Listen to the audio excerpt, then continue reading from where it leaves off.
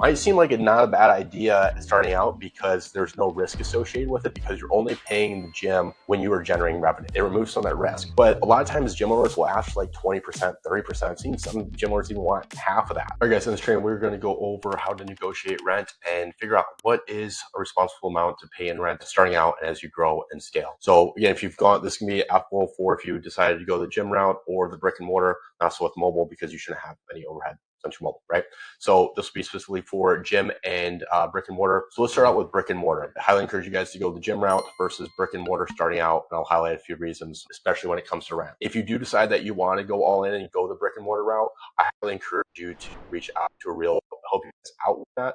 Because you're the renter, you don't have to pay a fee for that. Okay, that comes from the landlord when this is all set up. So there's no associated cost with this in most cases. So they will be able to help you out immensely with figuring out what areas to avoid. Am I overpaying rent? What square footage and stuff like that, and help you out with like there's different zoning laws. So there's a lot of things to navigate. There's like triple net, and that's something that's a whole nother topic. But there's a lot of different things when it comes to brick and mortar that you need to be taking into account that you might not know about, that our realtor is going to be able to help you out with. So definitely connect with a realtor. They're going to know about spaces and how to go about finding spaces that might not be on market or off market and be able to help you find more options when it comes to that.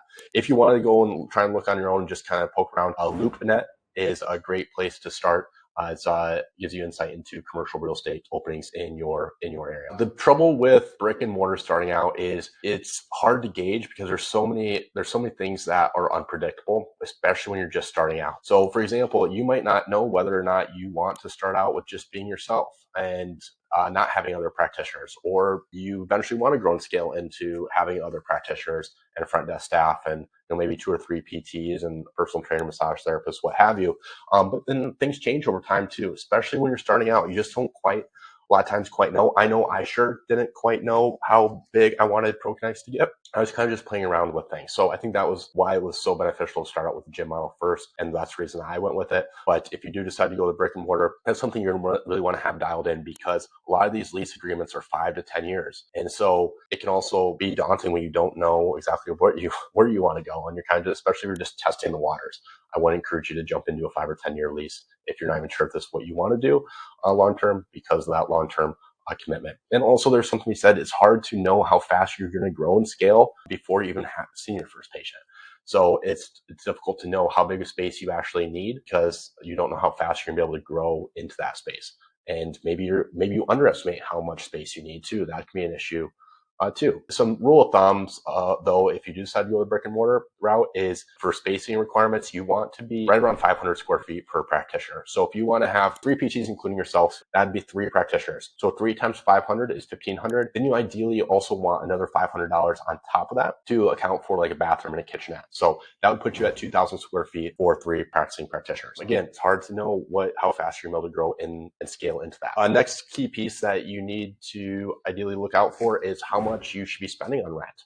And this is largely based on the income that you're bringing in. But again, it's hard to know how much to spend on rent because you're not bringing in any revenue yet. So it's going to be largely based on predictions, what you anticipate that you'll be able to bring in and how fast you'll be able to grow into that space. So ideally, you want to be spending about between 5 to 10% of your total income on rent. You can start out with 15 to 20% of your rent when you first move into a space if you're confident that you're going to be able to grow and scale into that. So as your income increases, that overall percentage will decrease from 20% to 15 to 10 to 7.5, maybe even around that 5% mark as you maximize the space. But again, that's just the downside of doing brick and mortar right off the bat is you don't know how fast you'll be able to grow into that, what the revenue is going to look like, maybe some of your long-term goals as well. So again, these are some of the reasons I highly encourage the gym model starting out, and then this route that I went. How to go about negotiating rent within gym space. So let's start off with some common mistakes I see people make and things that I encourage you guys to stay away from. The total amount of rent you want to be spending when compared to your total income is 5 to 10%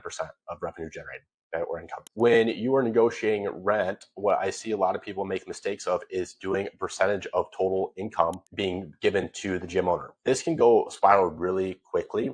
And it's only going to become more and more evident that this is not the right route to go as you grow and scale. Might seem like it's not a bad idea starting out because there's no risk associated with it because you're only paying the gym when you are generating revenue. So that's the pretty much the only upside to it. It removes some of that risk. But a lot of times gym owners will ask like 20%, 30%. I've seen some gym owners even want half of that. So let's just say at the low end of what I've seen of gym owners asking is 20%. You need to also figure out, backtrack a little bit, is figure out how many patients you want to be seeing per week. If you see about 20 patients per week, if that's like your end goal, that's like what full-time would look like for you. 30 patients per week was as much as I was able to see. You might be only seeing 30 patients, but you're going to be working about 60 to 80 hours a week because there's marketing, there's sales, there's so many other things that you need to do as a business owner outside of patient care. So let's say that you, just for simple numbers, you want to be seeing 20 patients per week. Let's assume that you're charging $200 per hour. We'll go over pricing in different modules as well, so we're not going to cover that here. But let's just say for easy numbers, let's say that you want to charge $200 per session, which I think is a really great place to be at and a place that you can be at starting out. But again, we'll discuss that in other topics. So $200 times that 20. So what we're looking at with that is we're looking at right around, comes out to right around $4,000 per week that you're generating. So you got 4,000 per week. And then over the course of the month, if you take four times that 4,000, now you're at $16,000 per month. If you take that 16,000 and times that by that 20%, you're gonna be right around 3,200 that you'd be owing in rent. Okay. Again, that's gonna be 20% of your overhead. We want to be close to that 5 to 10%.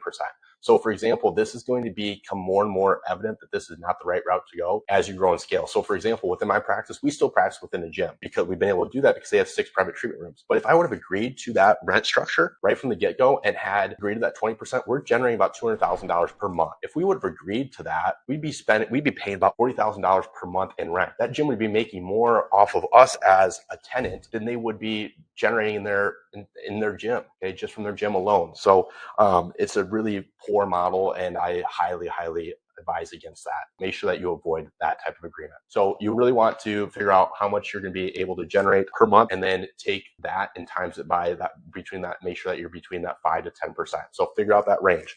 So like, let's say that you're able to bring in, easy numbers, let's say that you're able to generate about $20,000 per month. You would want to be ideally right around that $1,000.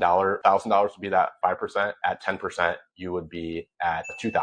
Okay, so your range when you're at full capacity of 20 patients, you'd want to be somewhere negotiating rent between that $1,000 to $2,000 mark. However, that is at cap. Okay, what I encourage you guys to do when you're negotiating rent is to get it where there's a ramp up period. Okay, so you're only paying a certain amount of dollar mark per patient that you see, and then it caps at a certain amount. So for example, in Oakland, ours is a little bit more expensive because we're just in the Bay Area. A lot of you guys can get away with much less than this. So we pay about $20 per patient, and then it caps at $1,800 per month. So what I would encourage you guys to do is try and negotiate close to like that $10 to $15 mark, and then have it capped at like per month that you only pay $1,000 in rent or $1,500. Again, it's going to be largely dependent on how many patients that you are planning to see and the revenue generated, but that can really allow you to grow and scale more comfortably without having to take on a large overhead of rent right from the get-go of $1,000 or $2,000 right from the get-go. If you're charging $200 per session and you are able to negotiate $10 in rent per patient seen, you're at that 5% mark. Then also vice versa, that you could be anywhere between that $10 per $20 mark per hour or per patient, because 10% of 200 is 20. So that allows you to stay within that 5 to 10% range when you're able to negotiate per patient seen, and then making sure that you have a cap on that, okay, where it's 1,000 or 1,500 or even maybe 2,000. Because if you anticipate that you'll be able to generate about $20,000, that's where you want to kind of manipulate that cap. Again, 5% of 20,000 would be 1,000. 10% of 20,000 is 2,000. So during the ramp up, we would want to be between $10 to $20 per patient seen. And then at that cap of total revenue, based on the total anticipated revenue that you're going to be able to generate, that would be that $1,000 to $2,000 mark at the cap that you'd place. That's how I go about negotiating rent, and allows you to really grow and scale. I don't like when somebody just takes on huge overhead of rent and automatically tells the gym owner that they're going to be paying $1,500 per month right off the bat. A lot of the gym owners are going to be able to give you wiggle room with that and help you grow and scale, especially the right ones. If you have somebody that's really stickler on that and really wants to charge you high rent right from the get-go, most likely don't have your best interests at heart. And I'd probably advise you guys to find another gym. But we've had 3 locations and we've had no issues with negotiating rent in this way, and it's allowed us to grow and scale in a very comfortable way from a rent standpoint and overhead standpoint. So I encourage you guys to do the same things too. I will attach attach a link to a rental agreement that you guys can use as kind of a template or kind of just get an idea of what a rental agreement can look like. I encourage you guys to get it in writing with your landlord that you're renting from. And then how to go about creating value and negotiating specifically. Like we went over like the numbers that you ideally want to be at, again, between 5 to 10%. But you can also leverage what else you bring to the table to this gym owner outside of just rent. So for example, and there we'll have training over this as well if you guys haven't got to it already, is how to build value and do networking and complete workshops in your community. And one of the things is building value. And one way to build values with gym owners is a lot of gym owners lose a lot of revenue per month and year over year due to people getting hurt and seeing practitioners that just tell them, oh, deadlifting is bad for your back. You should just stop working out. Or your running is bad on your knees. You should stop running, right? So there's so many times that gym owners are really reluctant to refer out because they know that the general recommendation for injuries is just rest and stop doing some of these activities. Oh, CrossFit's bad for you, right? You should stop doing it. Like there's just so many bad advice from practitioners out there that gym owners are afraid to do that. So letting them know that, hey, my practice model is actually to find ways to allow them to continue to work out. And I advise against resting. Maybe a week to let things calm down, but we're going to find ways to allow them to continue to squat in modified ways, whether that's, box squat, elevated box squat. We're still going to allow them to be able to squat and then eventually get back into a full range and full capacity with that. And then letting them know that you're going to advocate for them to still continue to be a member of the gym and continue to work out. That is going to be a huge value add. And let them know that you're going to be able to, ideally, most likely cases, be able to help them generate more over the course of a year from members not dropping off due to injury than the actual amount that you're going to be paying in rent. Okay? So let them know that that's the way that you plan to build value for them, is to decrease the drop-offs due to injury, not just because you're recommending that, but because you're there on site and you are a trusted source that clients can go to right away without the gym owner having to worry about them seeing another practitioner or waiting weeks to go see somebody. They know that you're in the space and knows that you're somebody that they can trust. That's going to build a lot of value for that gym owner. Okay, you can also talk about doing workshops and how to keep people injury free so they don't even have to get an injury.